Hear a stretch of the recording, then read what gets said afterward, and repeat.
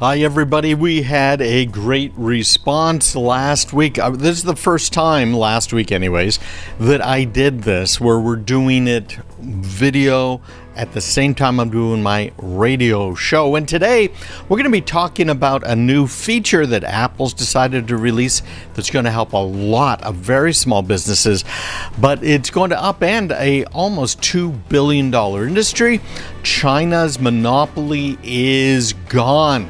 Yeah, steel and some of these special minerals that we need. Yeah, China isn't the only source anymore. We were looking before at 99%. It's just crazy coming from China. U.S. Army goes green. Could you think of anything more ridiculous? There was a whole bunch of Bitcoin money laundering that had happened. Money was stolen and it got moved once again, this time to the Treasury. After the Great Resignation, what's happening out there? We got tech firms getting desperate. So what can you expect from either your job or your employees? And this particular contractor that spied on President Trump, we're going to talk about him and his illegal background. It's just crazy how this guy apparently bilked people. There's just all kinds of allegations out there. And Firefox, the browser that we have kind of had a love-hate relationship for quite a while, we're going to talk about that as well. So here we go. Going to start the recording of the show today. Hi. Let's try this again. Don't you hate it when that happens? Apple has upended a lot of industries over the years, and it is about to upend yet another one.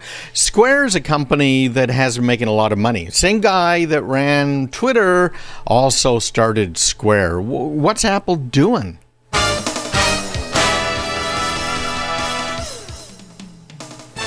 Hi, I'm Craig Peterson, your cybersecurity strategist. Thanks for joining me again. And you're listening to me right here on News Radio, WGAN AM 560 and FM 98.5. I'd like to invite you to join me on the Morning Drive Wednesday mornings at 7:34 with Matt. This is a real big deal. Apple has been for a long time upending industries. You might remember, of course, the music player. In fact, I still have an old MP3 player. You can't really see it very well from this angle, but it's right over there in that shelf. And it was a 5 gigabyte player, just amazing. The thing was huge. It was actually designed by Digital Equipment Corporation, licensed by this other manufacturer, put them together. Great audio quality. They had these little Koss headphones that came along with it. Loved the thing. Absolutely loved it. And Apple came along. They weren't the first, and they introduced their own MP3 player. It was called an iPod.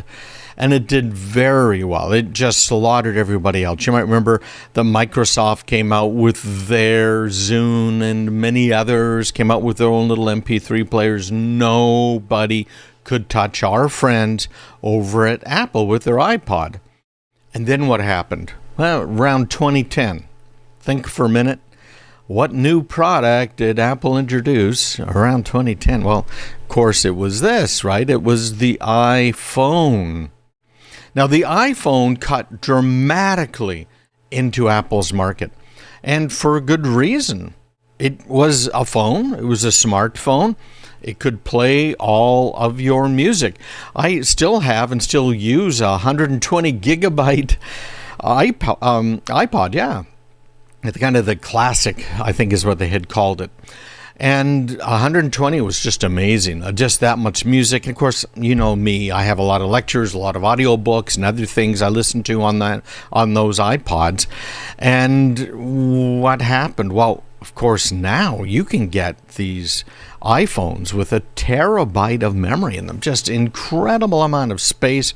And that's a pretty good thing, frankly, because you can kind of store everything. But at the same time, our networks are getting faster, aren't they?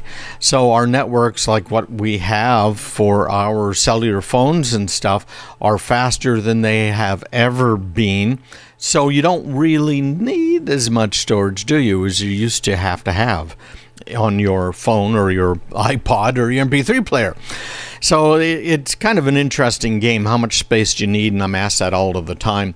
And the newest iPhones coming out have a lot more memory. I think they have 8 gigabytes of RAM in them, and as I said, a terabyte of storage space. But what Apple was doing is saying, hey, we own this iPod market, the MP3 player market. And of course, it's more than just MP3s, a lot of other formats out there for the music or audiobooks, but they owned it. But they knew that if they were going to survive in the industry, they had to do something else. So they came out with a product that competed with their award-winning and just top-of-the-line product, the iPhone. And your iPhone works every bit as well as an iPod ever did, and of course ever so much better, because now you don't have to download the music onto your iPhone to listen to it, do you? You can stream it over the internet, over Wi-Fi, right, over the cellular data connection. Those things have gotten fast too. Great option for people. So what Apple's doing now is saying, well, we need to upend another market. Have you ever had, again, you got your phone, right? And let's say you're a small merchant. Maybe you're a coffee shop, or maybe you're even smaller. Maybe you're just out at a flea market selling stuff that you might want to peddle. You have to get a credit card reader, don't you? And back in the day, that credit card reader would plug right into the headphone jack, and with the headphone jack, you'd be able to go online, no problem. Life is good. And once you're online, then you can take the credit card. Now, you didn't just have to go online with your iPhone, but you had to be able to go online with your phone and the reader. Because when they got rid of that wonderful little headphone port, you now had to use Bluetooth, didn't you? You still do. So you get that reader from Square or that reader from PayPal or somewhere else. It's acting as your merchant account. And that reader then uses Bluetooth to talk to the phone, and then it can read the credit card or the chip. And of course, with the chip, it's bidirectional. It has to get the information to and from that chip reader. And then you've got the credit card that you can process. All well and good. We're all happy about that, right? But here's your next problem. Your Bluetooth isn't always working. That reader has to be charged. Did you charge it before you brought it, before you started using it? So Apple said, well, wait a minute. In our iPhones, we have built in a few different things. Have you ever used Apple Pay? It's probably the safest way to pay online, bar none. It doesn't actually give the merchant the credit card number. It gives them a code that they can redeem in order to go ahead and get the money from the transaction. Hello. So that transaction can then be redeemed by the merchant, right? And that's all stuff that's handled by your merchant account. You don't have to worry about it. It makes life simple. However, now what they've done is they've said, well, let's kind of reverse this. You can use your iPhone with Apple Pay in order to pay for things.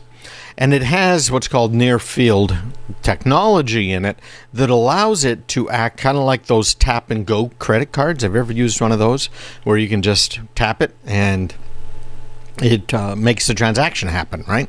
Pretty simple. So it has that in there, but it also has the ability to read those tap-and-go transactions.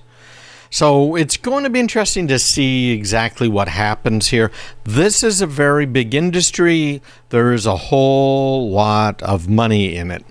And there's an article this week from our friends over in Inc. magazine. I got up on my screen for those who are watching a video here on Rumble or YouTube.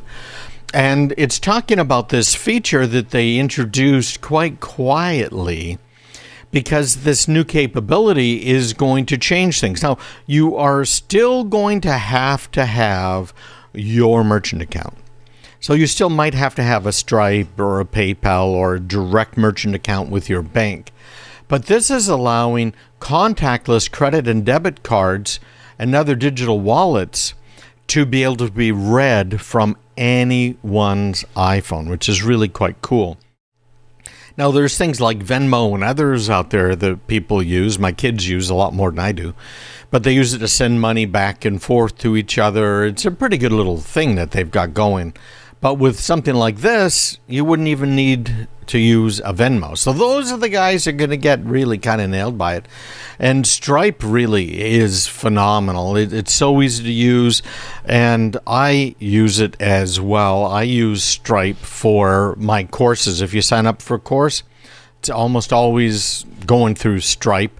I know there's some other alternatives out there right now that are a little more friendly to the non-mainstream, but I haven't been able to integrate those yet in from my payment processors. But you're still going to need it. You can use Cash App, Venmo. It's not going to stop you from doing any of that, but it does stop you from having to have another piece of equipment with you, which is just something else to go bad, right? Or to have get dirty, to not be able to work for you.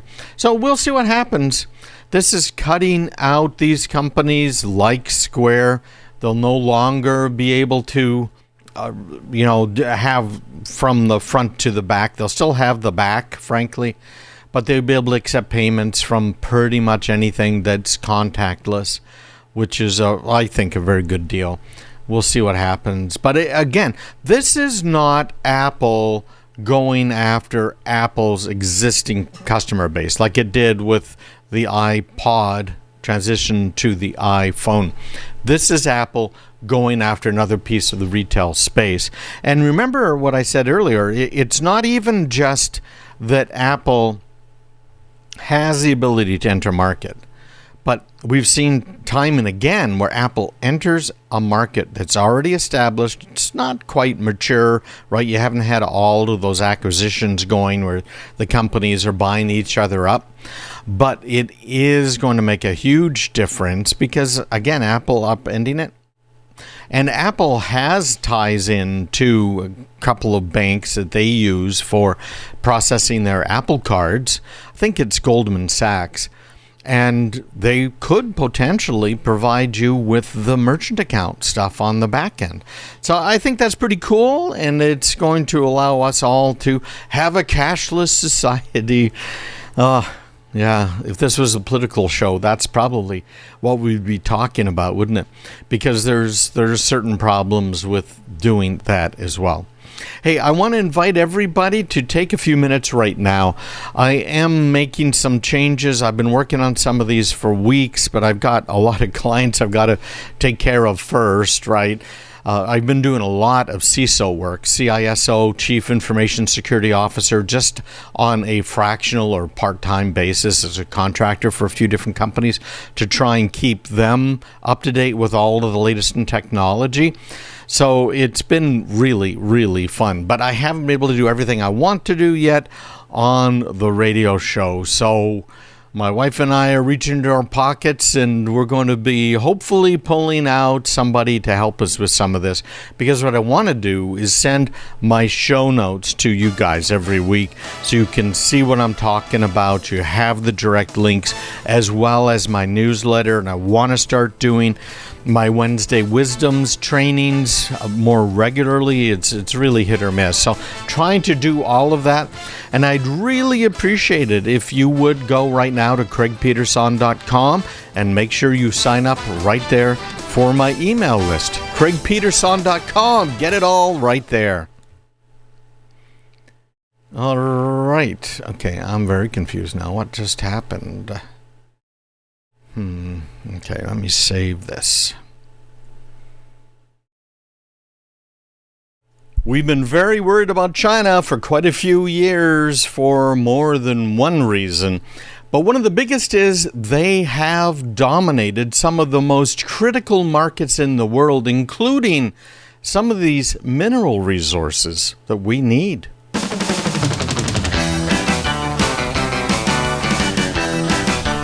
Hi, I'm Craig Peterson. In case we haven't met before, your cybersecurity strategist, and you're listening to News Radio, WGAN AM 560 and FM 98.5. You can join Matt and I every Wednesday morning at 7:34 as we bring you up to date on all of the latest. China has been a big worry for many countries around the world for a long time. I met with the ambassador from a couple of these African countries and had a great little chat about what was going on there. You see, they wanted to become, this one country in particular, the data processing center for Africa. And Africa, of course, very big country, or continent, I should say, with a lot of countries and a lot of financial transactions.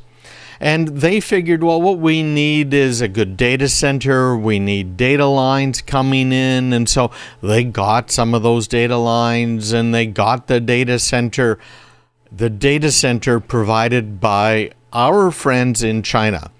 And so this data center was being used for a few different things, but it sure was not being used for these financial transactions that they wanted it to be used for, because China's provided the equipment.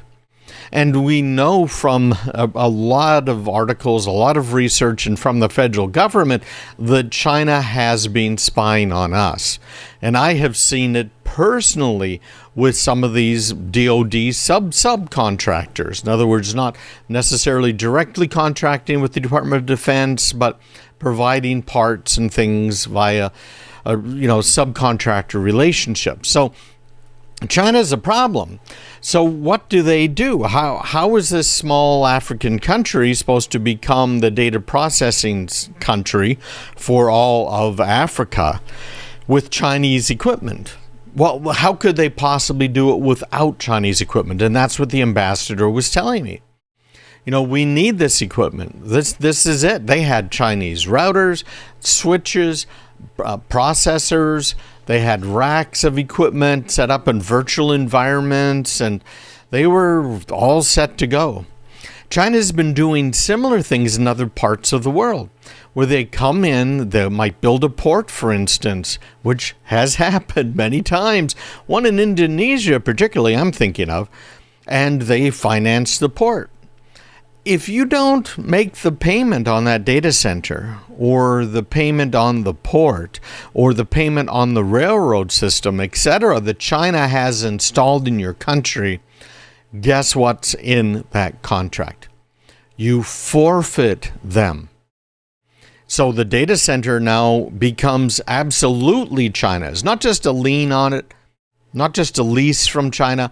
It is China's data center. That port is China's port. In fact, they own the largest port now, I think, in all of Indonesia. Maybe the whole Pacific Rim over there, I'm not sure.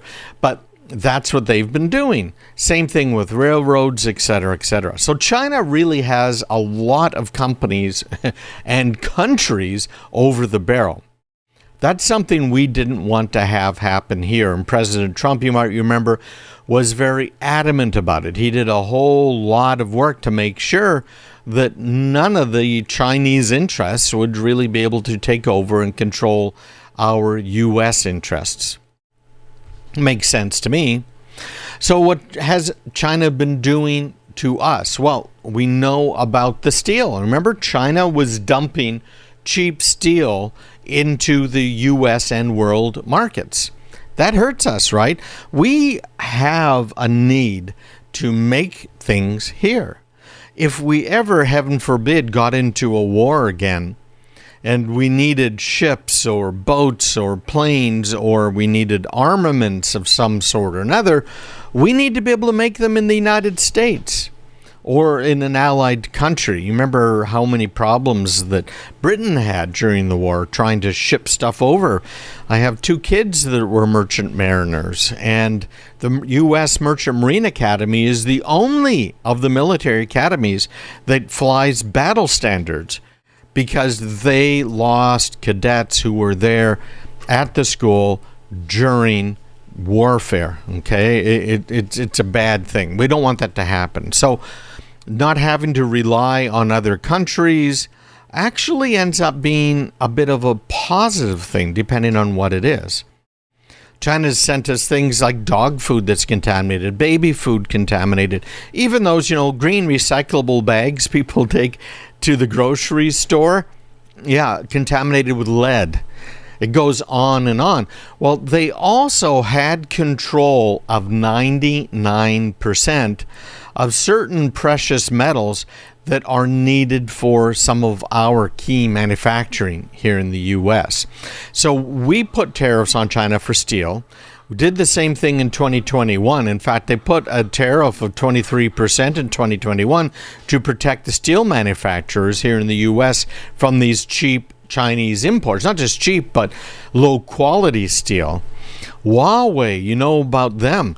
They kind of owned the smartphone business in many, many parts of the world. In fact, here in the United States, you could get cheap Huawei phones. Now, Huawei, of course, if you know much about Canadian history, know about Northern Telecom, who did a lot of pioneering in the whole phone business for many, many decades. And the allegations, and there's some proof that I've seen that leads me to believe that these allegations are correct, are that Huawei stole Northern Telecom's designs, its plans, etc., and put all of that together to make Huawei. So they steal the plans, they steal the engineering, they steal the research and development, the intellectual property. They then start making it, of course, without having to worry about the investments into R&D and developing products. No, they just stole them. And then they flood the markets worldwide with cheap equipment, paid and manufactured in some cases by slave labor, and in almost every case by substantially low wages, and they then control the market. So we said no way to Huawei, and that was something President Trump started. It's actually a really good thing. And Google apps are now no longer allowed on Huawei phones. So China used to have a 99% almost total monopoly on rare earth metals. I'm going to bring this article up on the screen from our friends over at American Thinker.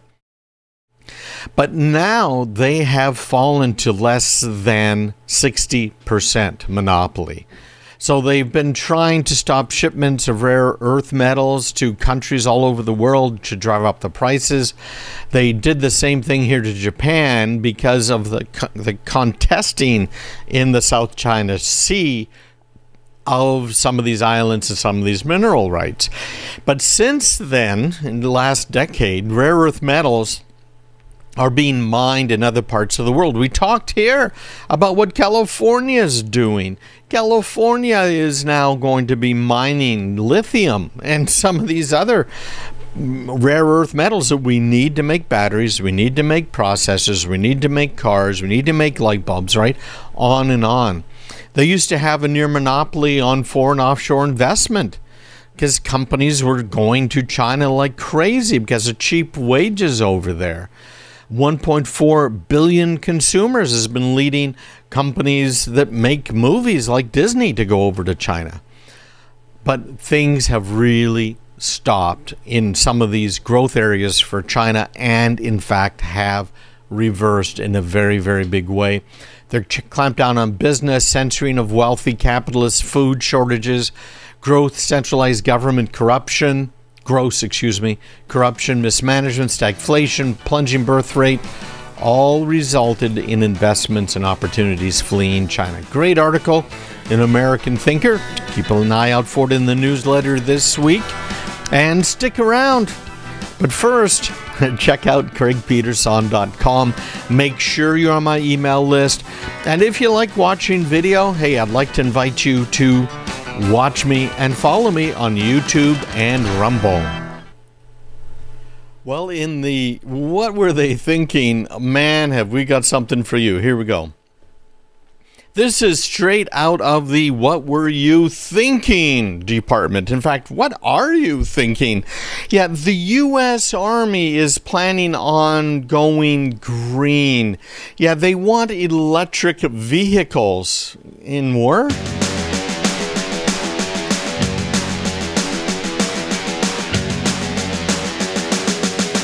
Hi, I'm Craig Peterson, your cybersecurity strategist, and you're listening to News Radio, WGAN, AM 560 and FM 98.5. Join me on The Morning Drive, Wednesday mornings at 7:34. We'll keep you up to date on all of the latest technology news. This is a plan that you just are going to have to shake your head at. Again, it's a little bit of idiocy, but before we talk specifically about the plan, I want to talk about something related. Now, remember, this plan is from the U.S. Army, and they want some goals reached on climate change and electric vehicles here over the next 20, 30 years. So let's look at the science behind what they're talking about. And I'm going to show you the actual statement that came out from the military, and one of President Biden's appointees is just nuts, absolute nuts. But I'm going to back up a little bit here. For those of you who are watching along at home, let me pull this up for you. This is from Slashdot, and it's quoting a report over on the Wall Street Journal and pulling some stuff together. But what they're doing in this particular article is talking about how our friends who have come up with these supercomputer designs to model our weather have been befuddled.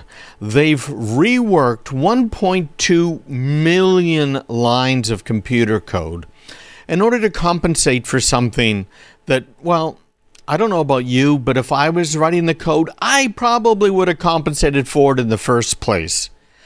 Clouds.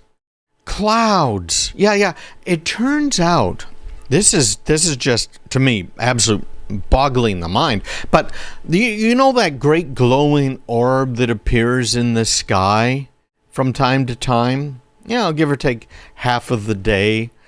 That thing called the sun apparently has something to do with the earth warming up. And do you know what else does? You know the clouds that are up in the sky? Well, those clouds can reflect the sun's heat, and they can also hold heat in on the ground side. Who would have thought? So all of these models that they've been using, because remember, by now, as of more than a decade ago, New York, Manhattan is underwater. Remember, Al Gore with his scientific movie, The Science is Decided, It's Proven. And Florida by now was underwater, and so was Manhattan. And of course, neither is true because they had no idea what they were talking about. Well, this article in the Wall Street Journal just totally baffles me. And I'm just showing you the excerpt from Slashdot here on the screen because the Wall Street Journal is paid, and I don't want to have to push you guys to paid stuff if I can avoid it. But they thought it was really, really strange because they updated the simulation in 2018, and in 2018 it turned out that the Earth was way more sensitive to greenhouse gases than they thought. And oh man, they had to think about that because, in Boulder, the National Center for Atmospheric Research, they said if that number was correct, that would be really bad news. Yeah, and at least 20 older climate models disagreed with the new one, but they were simpler. And this new one is an open source model, right? So anybody can look at the code and kind of figure it out, right? So, So then what ended up happening is more than a dozen other models were released, and it turns out, well, wait a minute now, they're agreeing with us. Do you remember that spaghetti code that predicted the COVID-19 was going to kill, 2.5 million people in the United States? Of course, didn't get anywhere near close to that because the way we kept the stats, right?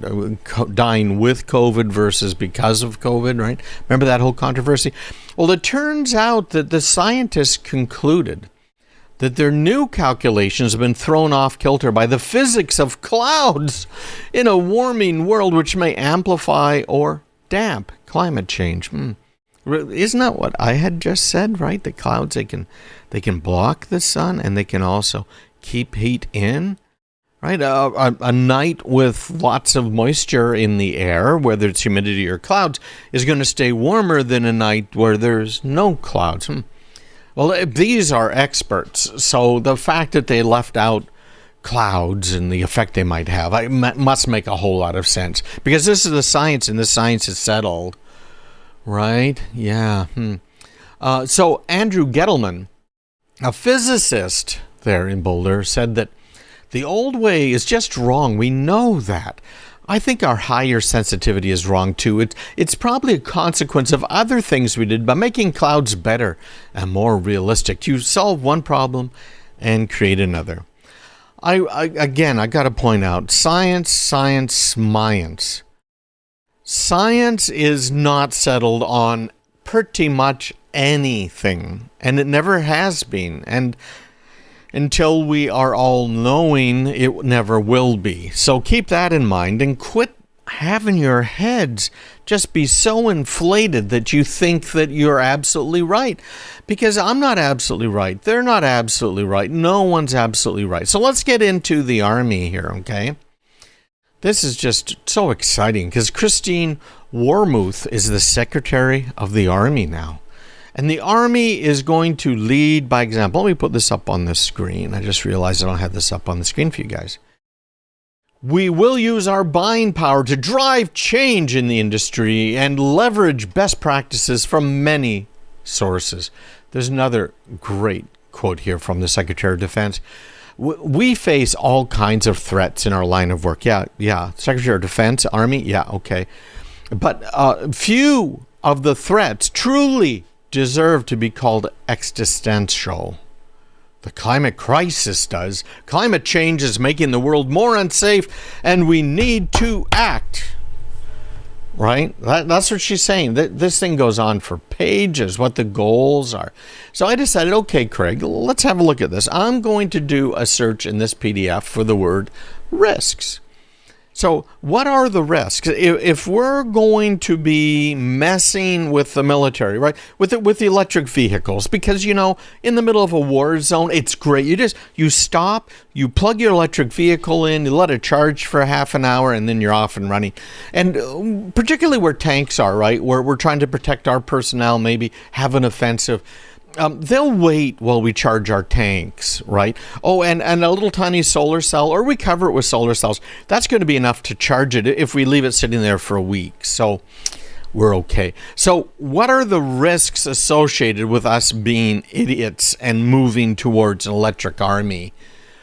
Okay, so risks here. Okay, so this is a risk to the climate. This is climate risks. Oh, this is mitigating climate risks. Risks associated with climate change, risks impacting the Army at all levels, from how and where units operate and train to how to service as a whole. Okay, so that's risks of when the climate changes, as we know it will, because those guys wrote 1.2 million new lines of code. Okay, so we know it's going to change. Okay, so let me see. Risk climate change imposes, climate threats and risks. Address the risks associated with these. Let's see here. What else we got? Climate change risks. They're going to install microgrids on every installation. Okay. Climate change risks. This is nuts. And the New York Post has a great article on this insanity. Oh my gosh. What are we going to do with these people? Yeah, our military, we're going to stop and charge our vehicles. Yeah. All right, everybody, stick around and visit online, craigpeterson.com. I'll keep you up to date. Can you believe these people? It's insanity.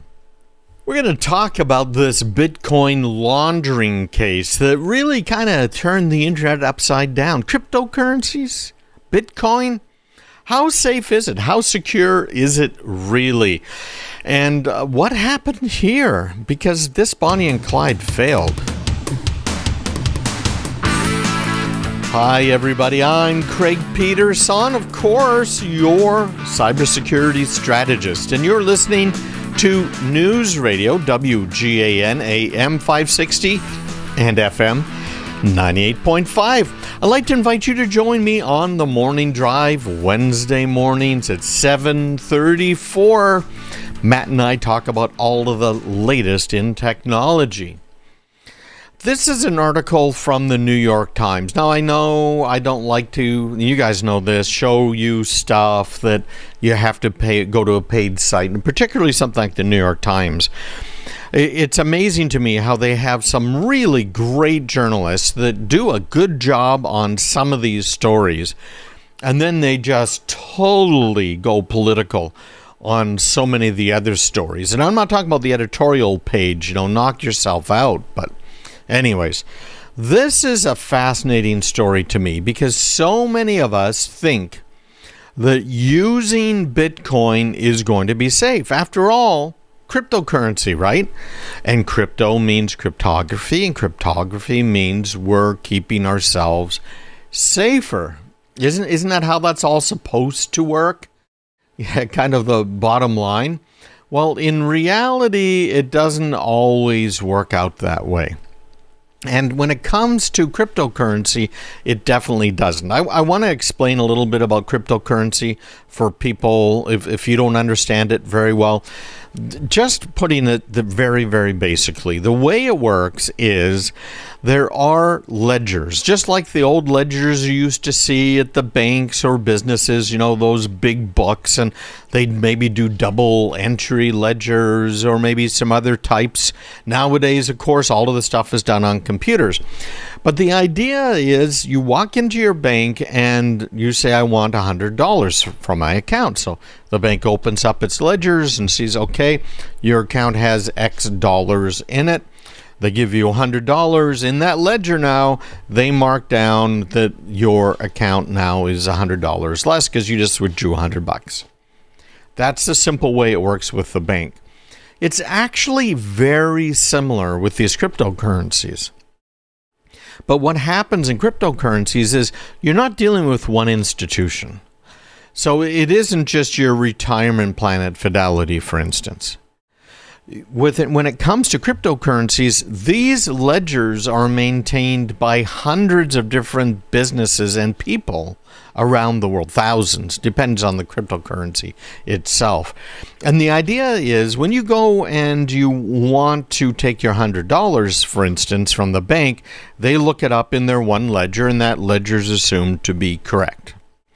But when it comes to cryptocurrencies, there have to be a majority of ledgers that agree about how much money you have. And those ledgers are all public ledgers. So it's kind of like having a Swiss bank account in that your account is represented by a number. That's actually where the cryptography comes in and the keys, public keys and everything else. But your account is essentially represented by a number. So if you want to pay the $100 to someone in cryptocurrency, so it's probably some fraction of some cryptocurrency, what's going to happen is you are going to have half of the ledgers for that particular cryptocurrency agree that you're transferring $100 worth from account number 1234 to someone else's account, which is 5678, just as an example, right? Very simplified example. So now what happens is the people who are running the ledger that you're using, the main ledger, check the other ledgers and push your transaction onto the ledgers. That's why it takes a while for cryptocurrency transactions to occur, because it has to push out to these ledgers. Half of them have to agree in order for it to be a reasonable and accepted transaction. Does that make sense? Good. So what we have here now, because of public ledgers, is public information. The amount of money you have in that numbered account can be seen by anyone who cares to look. It's really that simple. Anybody can see it. So why are people thinking that it's crypto, it's safe, it can't be taken by the government or bad guys, etc.? Those concepts are all insane. The only sort of privacy or security you have is related to the ledger. So the security is half of the ledgers have to agree. So if someone hacks one ledger, that's not enough to get control of all of your cryptocurrency, whatever it might be. If someone hacks your wallet, that's a different story entirely, okay? That's not what we're talking about right now. But everybody can see that you have $100 in account number 1234. The trick is, and the problem for law enforcement, they don't necessarily know who owns account 1234. So what law enforcement does in order to get money back or to arrest people is they watch these accounts. So in this particular case, this Bonnie and Clyde, if you will, hacked a cryptocurrency exchange. So this is, again, one of these ledger sites, and they'll often exchange US dollars for various cryptocurrencies. Back in 2016, Bitfinex, it was the name of it. And they stole $71 million in Bitcoin from effectively wallets that are there on that site. But because these trades are publicly visible, people on the internet knew that it happened. In fact, people on the internet were watching that wallet, waiting for money to move.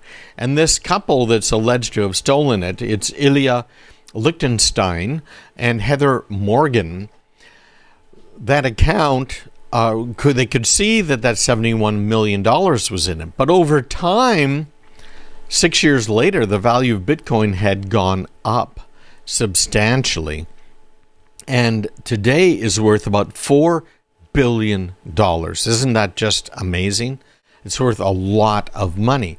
So they moved it to another account, and that's when they got in trouble. So if you have a Swiss bank account, 1234, and you transfer money to someone else that I know, I now can trace that account. I say, oh, I know who has that money. Yeah, that 71 million worth of Bitcoin back in the day that's now worth 4 billion was in this account. And they just bought themselves a new Porsche Cayenne at this dealership. And all law enforcement has to do is knock at the dealership, say, who was it? And now they know who the people are. But in this particular case, the bad guys had left that money in that Bitcoin account. But that money did get transferred. But guess what? It wasn't them. People on the internet were thinking that the hackers had emerged, that they were transferring the money to other Bitcoin accounts, which you see fairly frequently for these illegal transactions. But it wasn't the hackers who moved that stolen Bitcoin.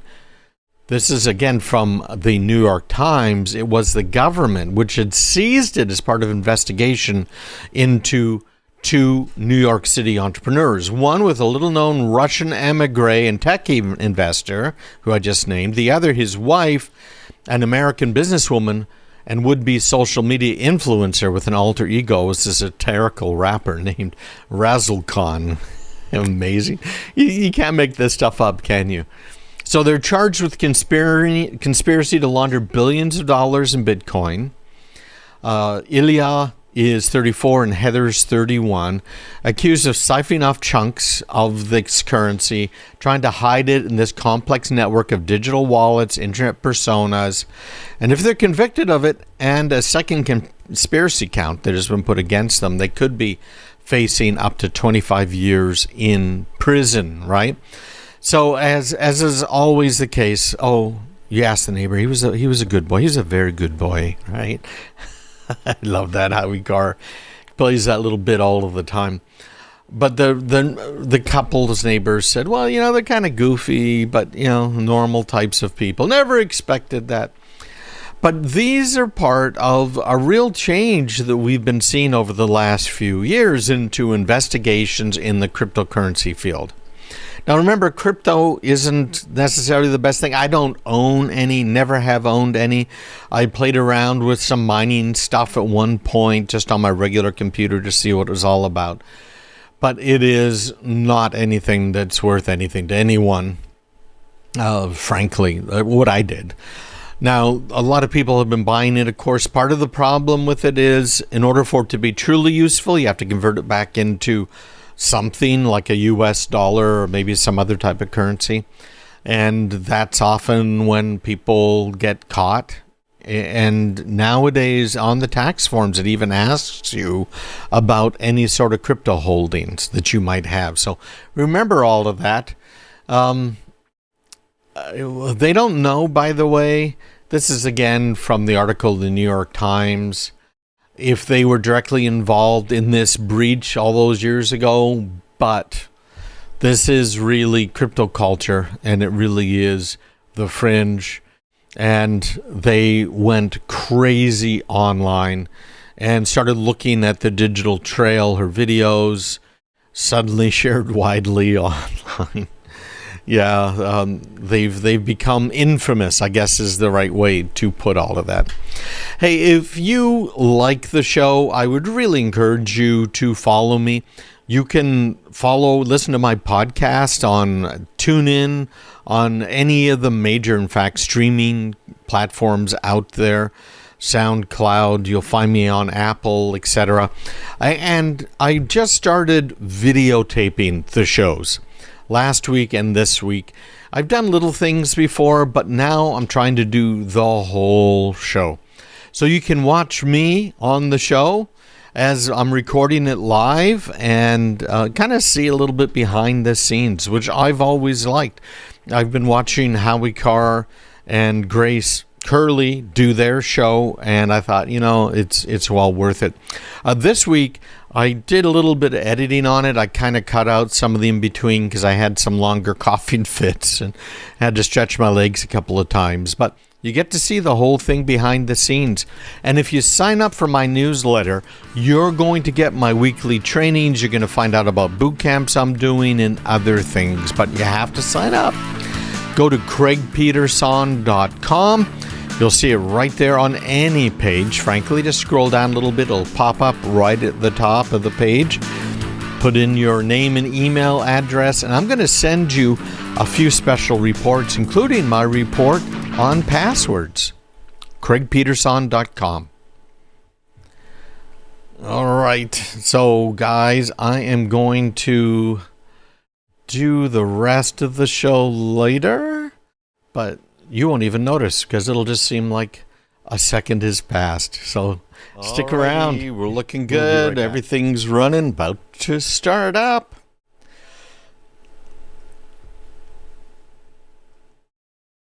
And we're starting it again. Okay. Well, you obviously know about the Great Resignation. It has been a big problem for a lot of companies out there. Great for job seekers, great for you if you're trying to maybe get a raise, etc., especially if you're in the tech industry.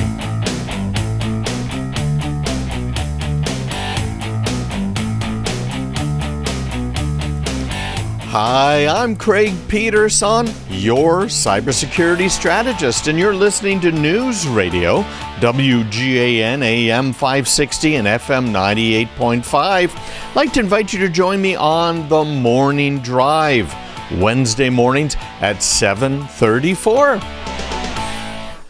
This Great Resignation thing, man, has it hit companies in the butt. And one of the biggest problems companies are having is with tech workers. You might remember back in the day, we had a big shortage of some of the cybersecurity people, right? where we couldn't find them. There were numbers saying that there's like 1.5 million or more open jobs for cybersecurity people. Now, I did a little investigation into that number because it sounded kind of high to me, because I was quoting it. It was a number that came from some pretty reasonable sources. But I think this is one of those things where you had one news source stating it, and then all of a sudden other people started quoting it. I don't think it was really 1.5 million. And what I found was that the people that had put that number together were looking at it and saying, if you have a business, who should you have working for you when it comes to cybersecurity? So there's like the CISO, the Chief Information Security Officer, which is something I do on a fractional basis for businesses all of the time, helping them to up their security. So that you had to have a CISO, you needed to have a team looking at the logs that was paying attention to the networks. If something happened, they would know and they'd investigate, and maybe they would do patching, close bugs, right, which is a different person. One is the network operations center people, and if you're going to have a 24/7 network operations center, that means you need at least 4 people, probably 5. Right, and so they added all of this stuff up, right? The desktop people that are making sure the endpoints are protected and kept up to date and upgraded. That's how they came up with that, 1.5-2 million open jobs in the U.S. for technology. The reality was different, obviously.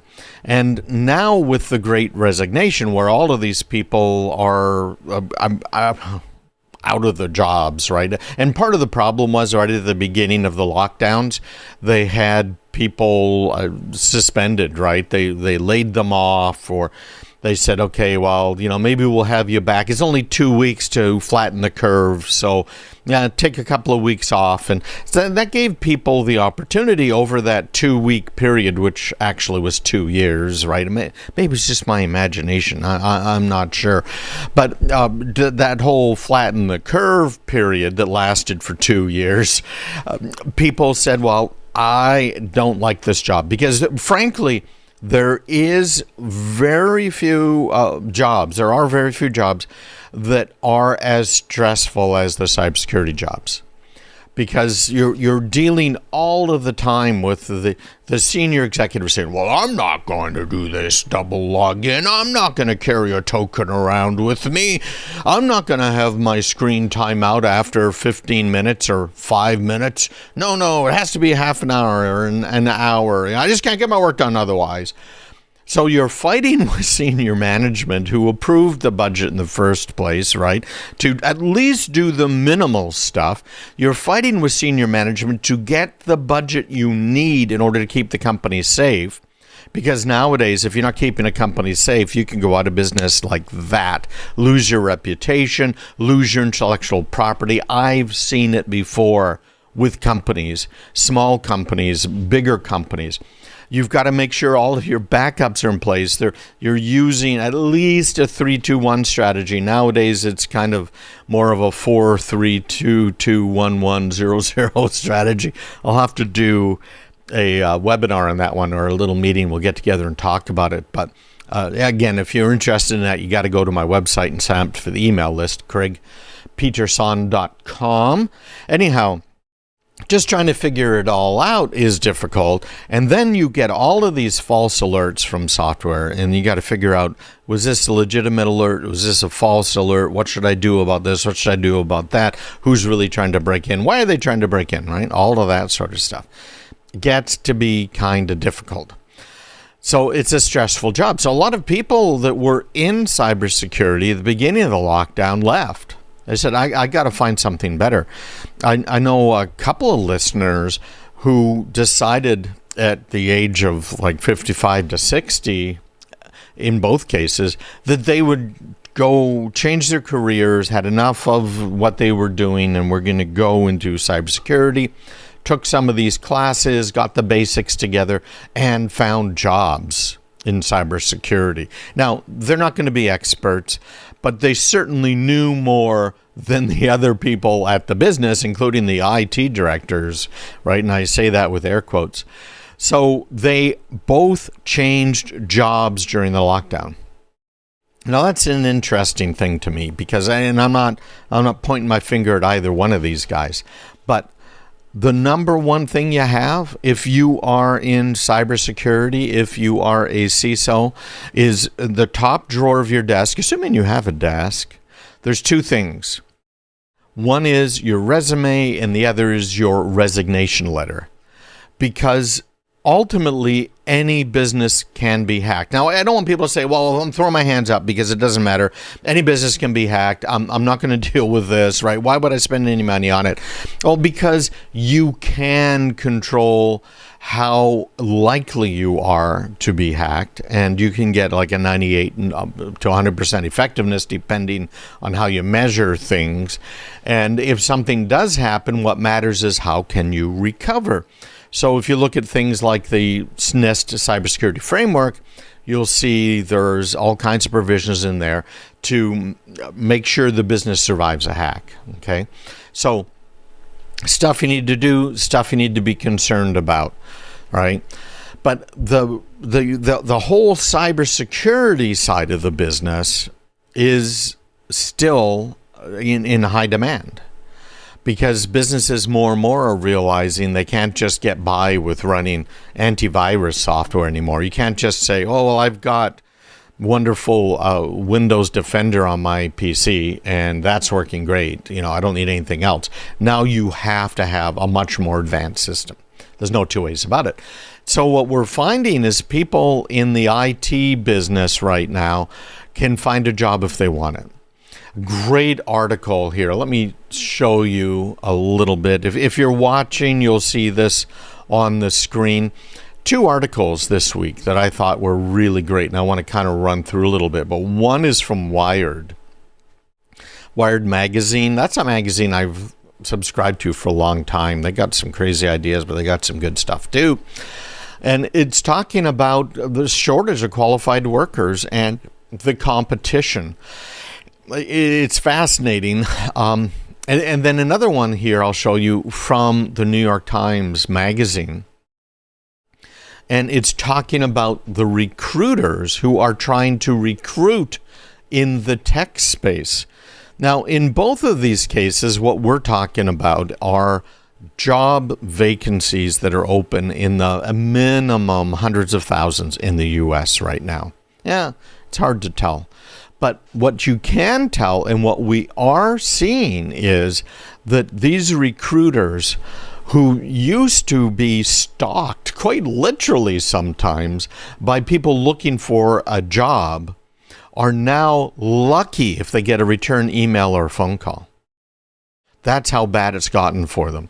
And the story goes through this one recruiter's kind of background saying, yeah, well, I had this one person who's looking for a job and they kind of stalked me, found my picture on LinkedIn, and then stood outside the building waiting for me to come out and then basically shoved the resume in my face and talked me up. Another one saying, well, I had mentioned on the phone that I really like toffee. What shows up the next morning? This beautiful handmade toffee, perfectly wrapped. So it has gone in just a few years from that, where people will do anything in order to try and get a hold of the hiring manager, to where it is today, where people are just saying, forget about it, right? It just isn't worth my time. The other thing that the recruiters are finding is that people, if they do get a hold of them, are saying basically, hey, I'm just burned out. I don't think I have the energy anymore to do this, which is an interesting response, right? People, because of the lockdown, have just had their excitement squashed and ability to look forward to what my career is going to be if you're younger. And if you're older like I am, you're looking at it saying, well, I've still got a lot of good years left and I'd love to do this and have my my wisdom, if you will, from all of these decades in the IT world and in cybersecurity put to good use, which is why I said I'm doing the fractional Chief Information Security Officer for businesses. But what we are finding is that people can get the jobs, even people who are already retired or semi-retired. I read another article this week that I thought was rather interesting. We'll talk about that a bit when we get back, because it's going to take a few. But about the resume side of things. Now, we heard that, of course, the toffee trick, the standing outside and stalking them trick, etc. So what is happening right now when you want a job and maybe you've been in the market before for a lot of years and you're competing against the kids that are out there? Well, things have changed. Stick around and visit me online, craigpeterson.com. All right, guys, that is the first one. We're going to come back. We're going to talk more about this. So hold on. We're going to finish up our discussion about jobs and open IT positions, IT in general, and also going to talk about some of the tips for older employees on the resume. I had a bit of a shocker this week.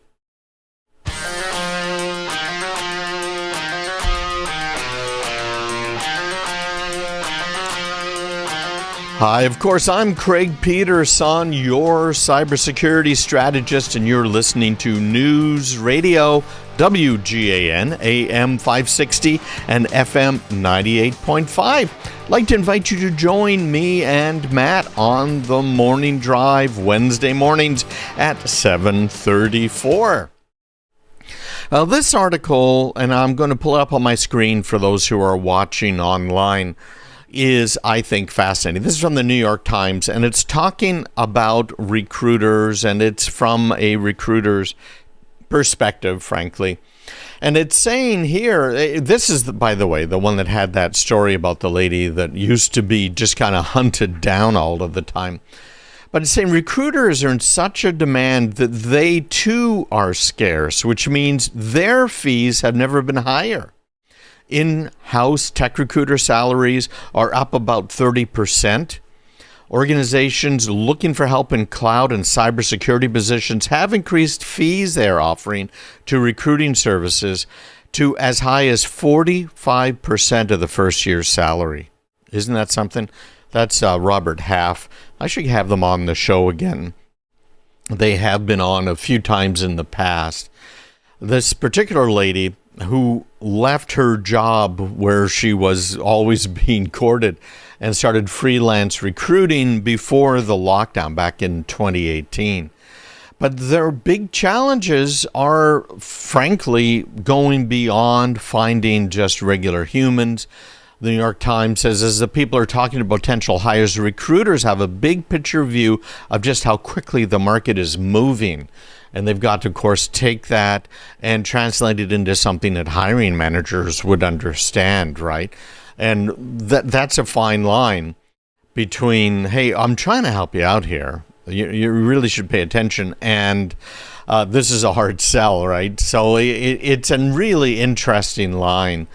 And we're also finding that, of course, the candidates themselves are getting a lot of money. Salaries are way, way up. And for a good reason. People are in demand, especially if you have the skills, and so many people just don't want to work anymore. I have a couple of ways I've looked at this over the years. I have kind of what I call the McDonald's test. I don't think I've been to McDonald's in more than a year, and I was on a road trip at the time.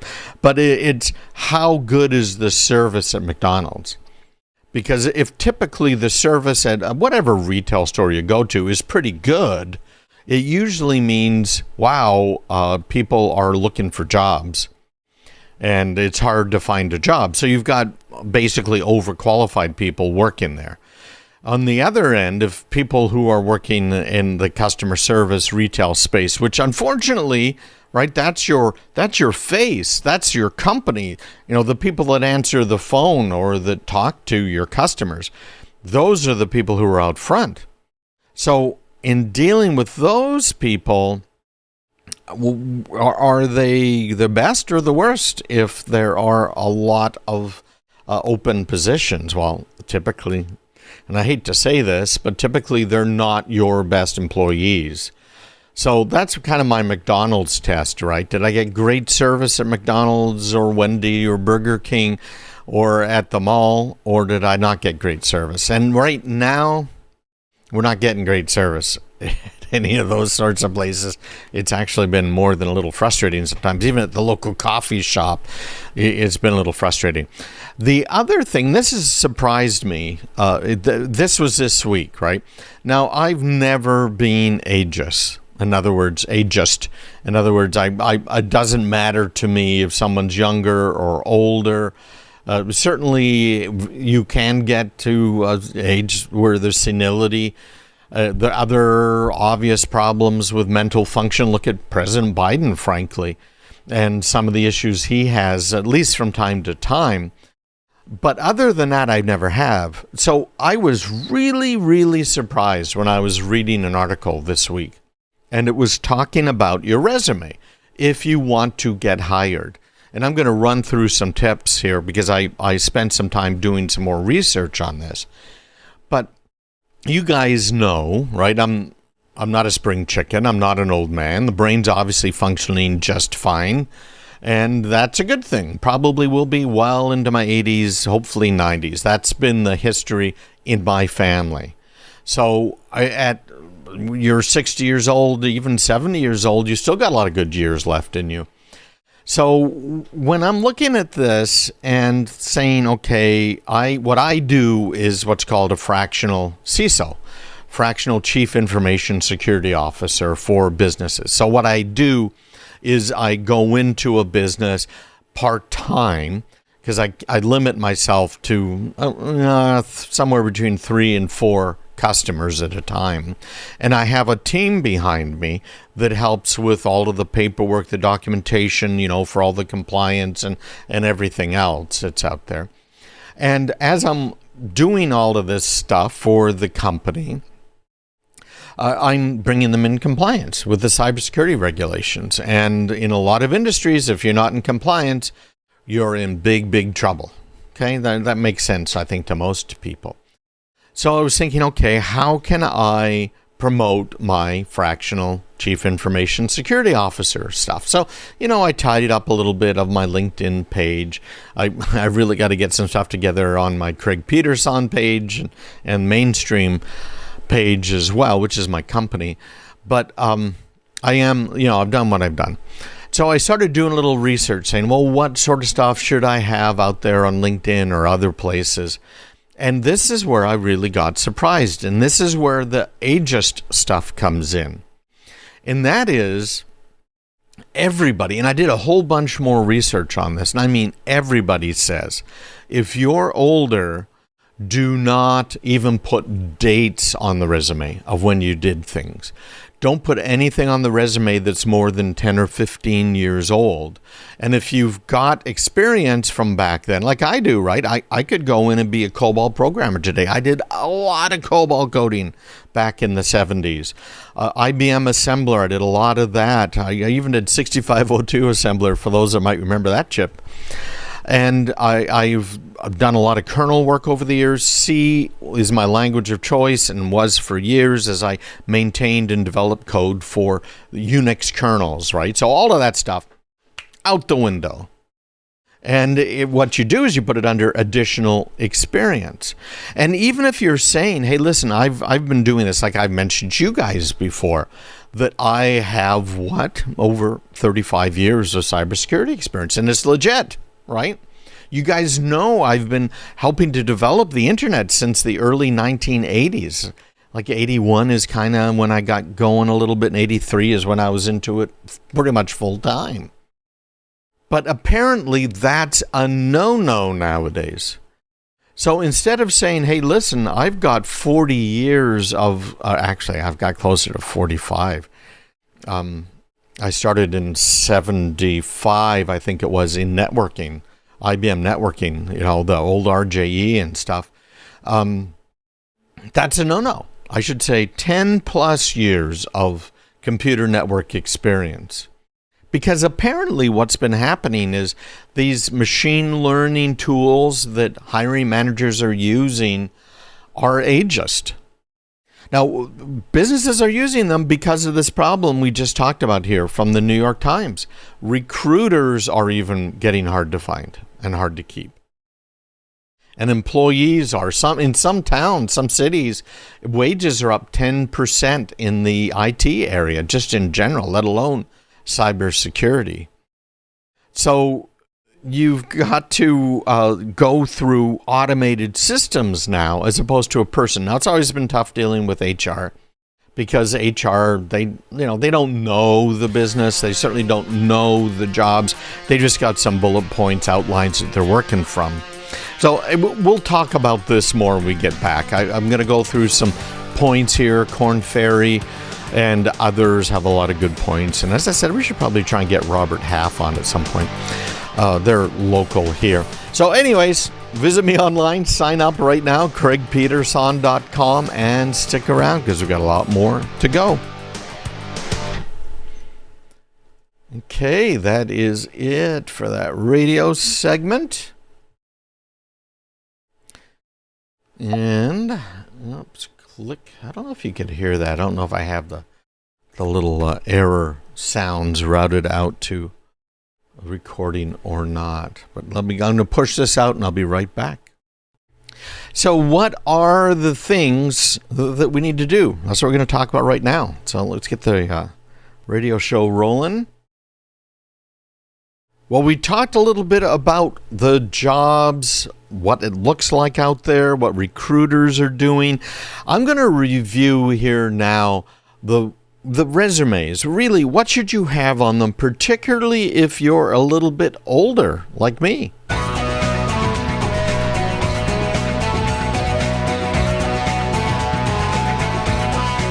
Hi, I'm Craig Peterson, but you guys already know that, right? And you're listening to me here on News Radio, WGAN AM 560 and FM 98.5.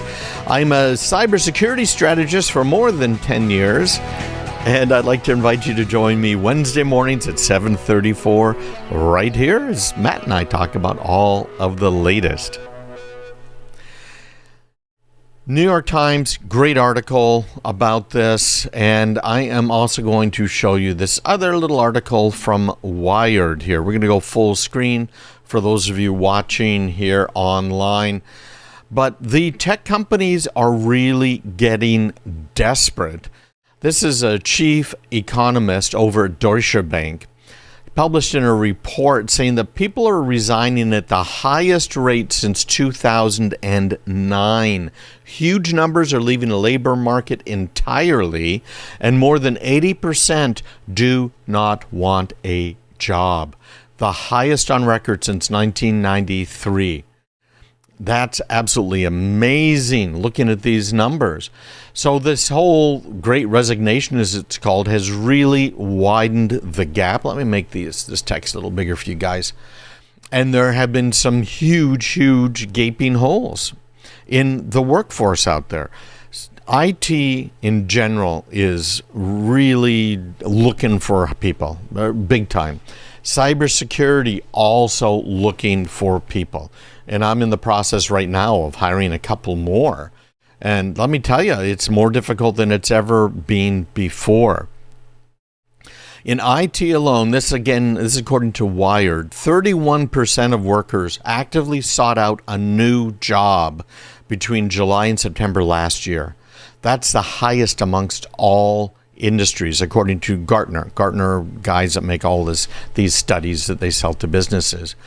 Data from Global Knowledge found 76% of global IT decision makers are dealing with critical skills gaps on their teams. Multiply the problem across other tech roles, and it's clear that there's a massive skills shortage. And it's just amazing. They have now sign-on bonuses on top of sign-on bonuses. You know, they're trying to prove, hey, we got better snacks than Facebook does out there in the Bay Area, California. They're having people working from home now. It's, hey, if you want to work from home, you can. Most people are One of my sons just got a job. He's performing kind of a CISO function like I do. He's worked with me for more than 10 years. And he is just working from home. He's never actually stepped foot in the office. And he has been doing everything virtual, including the whole interviewing process. Absolutely amazing. So they're calling this stuff a golden hello. People in the business are already saying, hey, I didn't get one of those, right? Right? Yeah, because you've been working there for 5 years. But everyone internally recognizes it's an unusual situation, and for us to continue to grow, we need to be extra competitive. There's sign-on bonuses, and they found those have not been effective in the IT world because candidates are looking to maximize the opportunity to get much higher salaries elsewhere. Now, I did a proposal. I'm working with a company right now, and I did a proposal for them to provide some of these fractional chief information security officer functions. So I'm helping to define where they need to go, how they need to get there. I'm doing all the documentation on everything. I'm working on the HR policies. I'm everything, including securing the networks, helping them get the hardware, running it, renting them stuff right off the bat so that they can secure themselves very quickly, right? A whole bunch of stuff that I'm doing for them.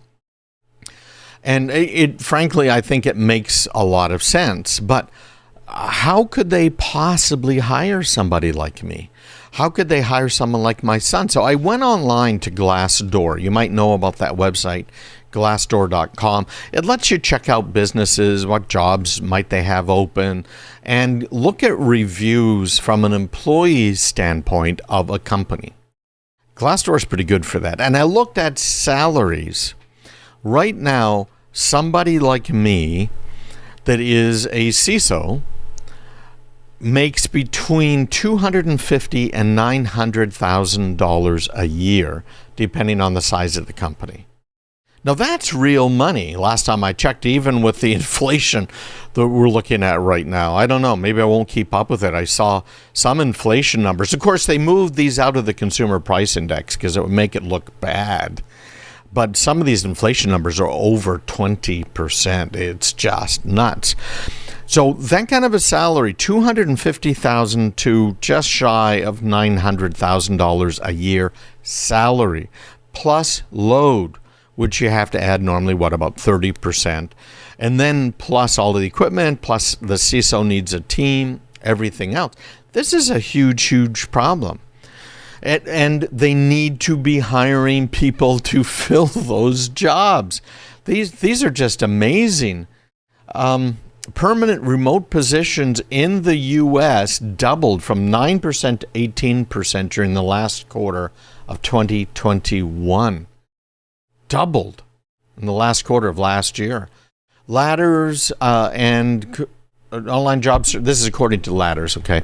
And it could increase to 25% by 2020. Since making the transition to remote first, we have been able to broaden our hiring options globally and not be restricted to a talent pool in one area. Now, that's an interesting thing, too, and that presents some interesting problems. It's one thing to manage people who are of the same upbringing as you are, that have the same standards that you are, and hiring somebody from somewhere else in the world, they're going to have different expectations. And boy, have I found that by hiring teams in India, Russia, and the Philippines, as well as the U.S. Big differences. So you got to be careful with all that. Okay, so I promised I would get here into resumes for people like us, right? Isn't that what they say? And this is particularly interesting to me because, again, I'm still working, and I do it on a contract basis, obviously, right? I provide these services. But this is something I think that applies to me, too. So I'm pulling up a page you can see on the screen. This is from themuse.com. And it's called Smart Moves, Age-Proof Resumes for Older Workers, okay? And they have 4 of them set up. And they got a nice picture of a lady. Looks like she's working from home. with age comes wisdom and experience. That's why I was shocked when I saw what was going on, right? Where they were going ahead and saying, don't put anything on your resume that makes it look like you're older, okay? The quote here is, "Age-ism is an unfortunate and very real part of the job search for older workers. And for some, it can start to creep into their experience as early as their 40s. Isn't that incredible? Absolutely incredible. It's, I kind of dealt with this way back when in the 80s, because I was younger then, obviously, than I am now. And there's this impression, at least there was, and it seems to still be around, that somehow if you're working with newer technologies, you need young people to do it. That is not true. As I've said a million times, there's only a few ways that you can code something. So if you're a programmer and you want to solve a problem, there's really only a few ways to do it. In fact, there's books published with algorithms, that's the program stuff, right? The core of the programming, that show you how to do things. So we'll be back in just a minute. Take a minute, visit me online, craigpeterson.com. I'd love to see you there. And when we get back, we're going to finish this discussion. But it's an important one for employers as well as employees here, because I think many businesses are making a huge mistake. craigpeterson.com.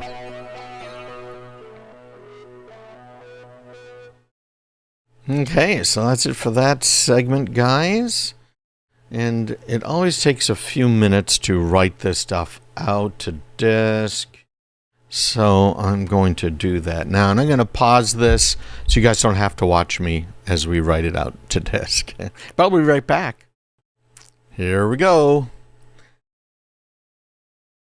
Well, we just talked some more about hiring, ageism, the problems that come with that for both the employer and the employee.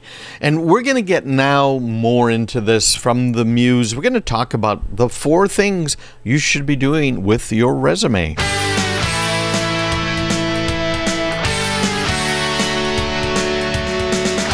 Hey, welcome back. Craig Peterson here, your cybersecurity strategist, and you're listening to News Radio, WGAN AM 560 and FM 98.5. I'd like to invite you all to join me on Wednesday mornings at 7:34 for The Morning Drive with Matt.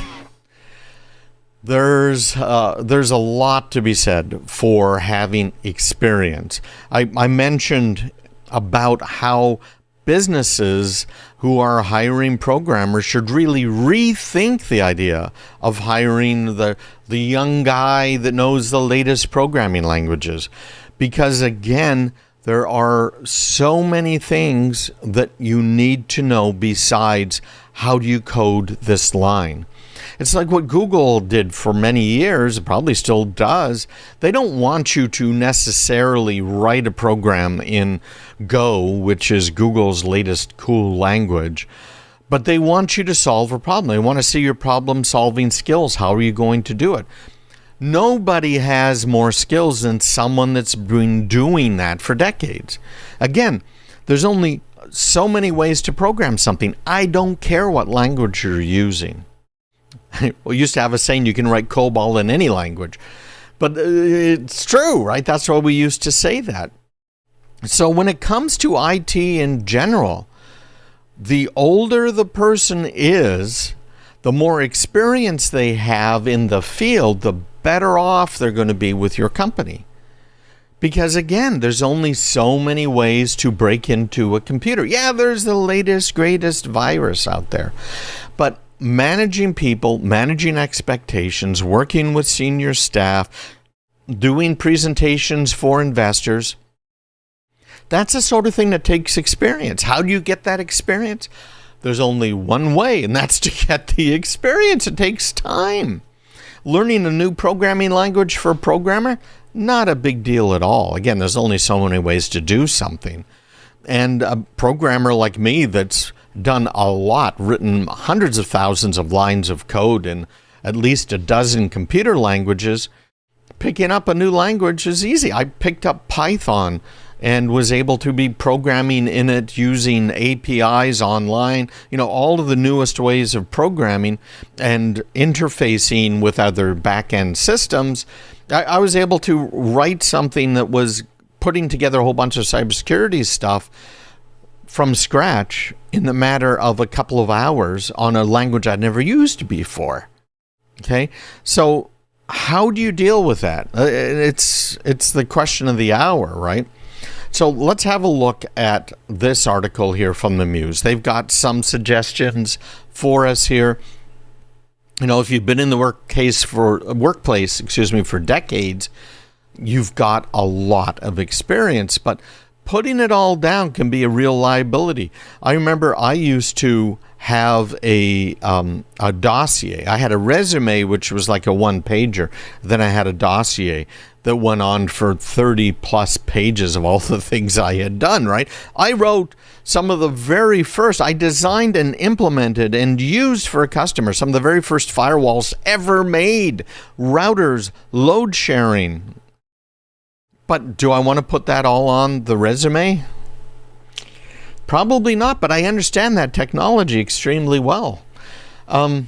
So resumes don't have to be a single page, but it's saying, remember, it doesn't have to be a memoir. It doesn't have to be like my dossier, kind of going through everything to prove your worth.